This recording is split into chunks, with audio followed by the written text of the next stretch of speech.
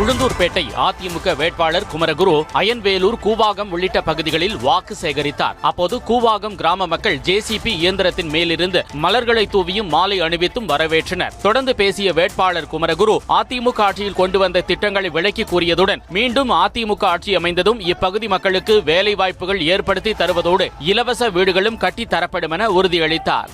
உளுந்தூர்பேட்டை தொகுதியில் இருக்கிற இளைஞர்களுக்கு வேலை வாய்ப்பை உருவாக்கி கொடுப்பேன். இந்த தொகுதியில ஒரு 2500 பேருக்கு அரசாங்க வேலையை வாங்கி கொடுப்பேன் என்ற உத்தரவாதத்தை சொல்லியிருக்கிறேன். யார் யார் படிச்சிருக்காங்களோ அவர்களுக்கெல்லாம் வேலை வாய்ப்பு உருவாக்கி கொடுப்பேன்.